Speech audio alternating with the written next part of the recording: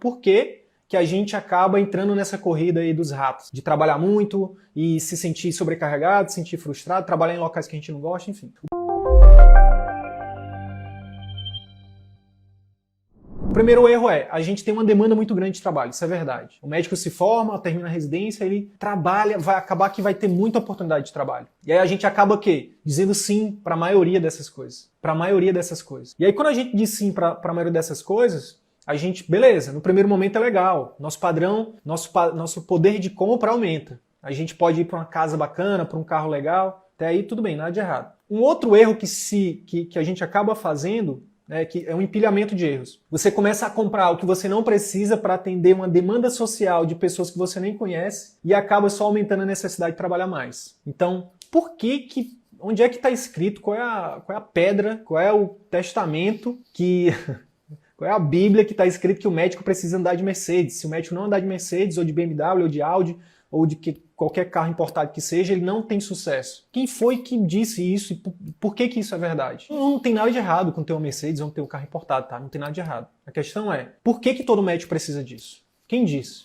Eu não preciso disso. Por que todo médico precisa morar numa cobertura? Por que todo médico precisa ter 2, 3 apartamentos? Por que todo médico precisa ter, enfim, 3 carros na garagem? Né? Não precisa. E principalmente quando a gente está começando a nossa carreira, né? Ou quando você está fazendo uma transição de carreira. E, de novo, não estou fazendo apologia à pobreza, não.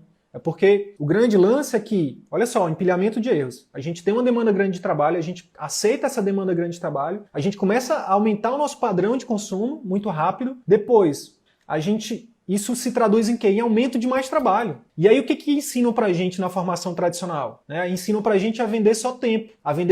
A gente troca o nosso tempo por dinheiro. Se você é clínico, você troca por consulta. Se você é cirurgião, você troca por procedimentos. Então você acaba que vai ter que trabalhar mais para manter aquele padrão. A gente não aprende na formação tradicional a transformar a nossa carreira num negócio, a monetizar.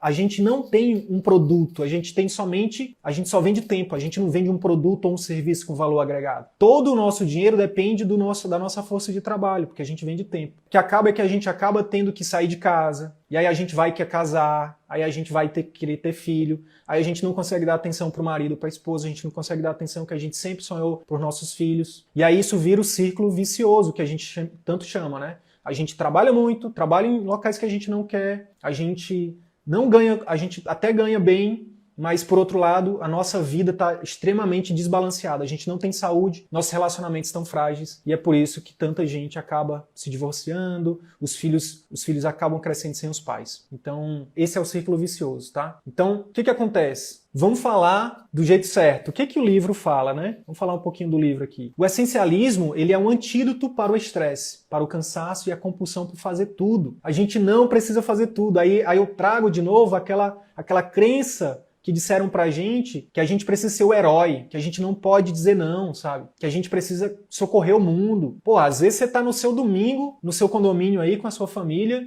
e aí o teu vizinho, o teu parente te liga e fala assim, corre aqui. Aconteceu isso com a gente ontem. Ontem a gente estava aqui em casa, enfim, e aí teve uma pessoa que entrou em contato, querendo que a gente atenda. E, sabe, não faz sentido. O médico também é gente, bota aí hashtag, médico também é gente. A gente também precisa de momentos off com nossos familiares, com a gente. Eu adoro ler. O domingo, pra mim, é um momento que eu gosto de tirar pra ler, é um momento que eu quero estar 100% com a minha filha, com a minha esposa. É um momento que eu quero ver um filme, sabe, que eu quero, enfim, passear com a minha cachorra. Então, eu não quero ser médico o tempo todo.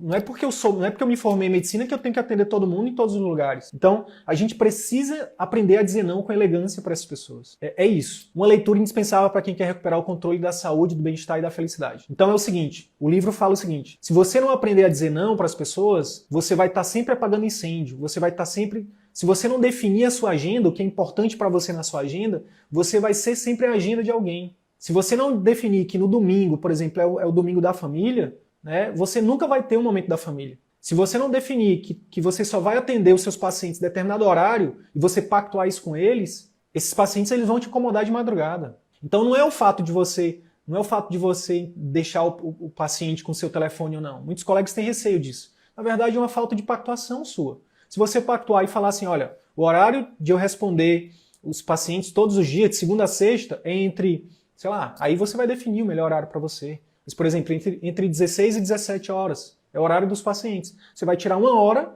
para conversar com esses pacientes, para interagir com eles, para responder e-mail, para responder WhatsApp, seja lá o que for. E aí você vai educar esses pacientes, né, para isso. E eles vão te respeitar por isso, eles vão dizer, e aí você vai criar uma cultura com seus pacientes. E aí eles vão, por exemplo, vamos supor que, sei lá, um familiar desse paciente diga, mamãe, ou papai, sei lá, entre em contato com o doutor, com a doutora e pergunta dele isso, não sei o que, não sei o que. E é normal, é comum, e tudo bem ele entrar em contato com você. E a gente até recomenda que você deixe essa porta aberta. Mas, se você educar esse paciente, o que ele vai falar para o familiar? Ele vai dizer, calma, o horário de entrar em contato com o doutor e com a doutora é somente entre 16 e 17 horas. Então hoje já não dá mais, amanhã eu entro em contato, tá? Se for uma coisa urgente, Sidney, eu não teria que ajudar esse paciente? Não! Se for uma coisa urgente, ele vai no pronto-socorro, ele vai no hospital, sabe? Se for uma coisa urgente, ele vai te ligar, entendeu? E aí você vai, inclusive, recomendar ele pro hospital.